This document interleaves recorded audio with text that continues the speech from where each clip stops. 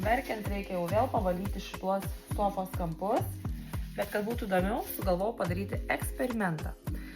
Na štai mano sojos, avokado ir uogienės dėmės. Ir dabar palieku valandai ir eisiu pasiruošti siurblį. Paspaudus šitą mygtuką ima purkšti iš švaraus vandens saltos vanduo su skalbikliu.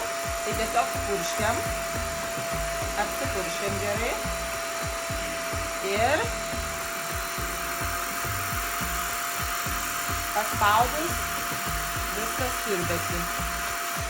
Gal pasidarom turbo.